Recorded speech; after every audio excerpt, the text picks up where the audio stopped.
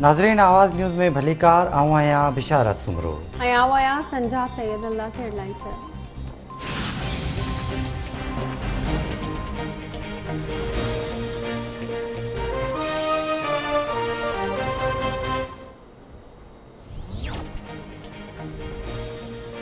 रेती ट्रेन हादसे में फोतुन जो अंग वधी 63 थी वियो। 51 फोतुन जी सुञाणप खां पोइ लाश वारसन हवाले कया विया। 12 फोतुन जी सुञाणप न थी सघी। लाश रहीम यार खान अस्पताल जे मुंतकिल कया विया। 120 खां वधीक ज़ख़्मियुनि जो घोटकी ज़िले जे समूरनि अस्पतालुनि सादिकाबाद, रहीम यार खान ऐं सखर जे अस्पतालुनि में इलाज हलंदड़। बोगियुनि अंदरि फाथल मुसाफ़िरनि खे कढण लाइ रेस्क्यू ऑपरेशन मुकमिल। रेलवे ट्रैक जी बहाली जो कमु जारी।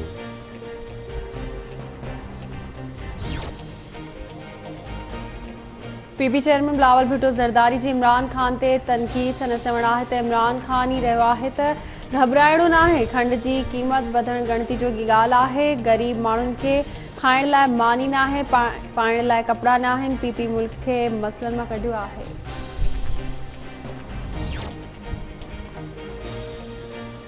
मुल्क में कोरोना वायरस जे हकारी केसिस जी शरह घटिजण लॻी। आलमी वबा विघे वधीक 53 मरीज़ फ़ौत। हयाती विञाईंदड़नि जो 21,376 थी वियो।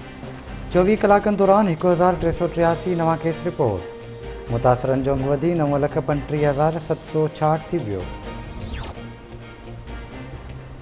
सिंध रेंजर्स जी कस्टम इख्तियारनि सां गॾिजी जैकबाबाद ज़िले में सिंध बलूचिस्तान बॉर्डर ते वॾी कार्रवाई। नॉन कस्टम पेड शयुनि जी स्मगलिंग जी कोशिश नाकाम। करोड़े रुपयनि जूं नॉन कस्टम शयूं बरामद कयूं वयूं।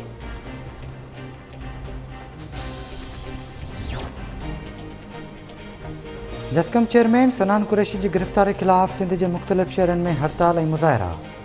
गंडो मोहम्मद खान, कोटड़ी, मीरपुर माथेलो, रेती, रतोदेरो, सकरण, दौलतपुर सफ़न, काज़ी अहमद, मेहरापुर, ठरी मीरवा, कंडियारो, शाहपुर जानिया, न्यू सईदाबाद, रतोदेरो, बांधी, कड़ियो गवर और ॿियनि शहरनि में कारोबार बंद।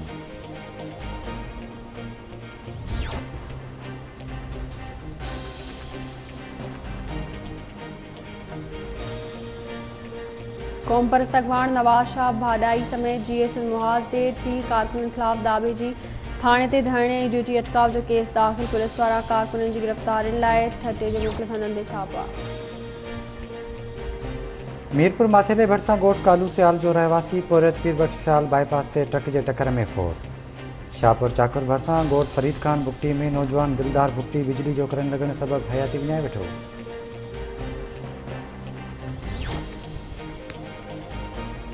ऐं टंडोलायर जे असास किफ़ालत सेंटरनि ते वज़ीफ़े जी रक़म मां कटौती जो सिलसिलो जारी।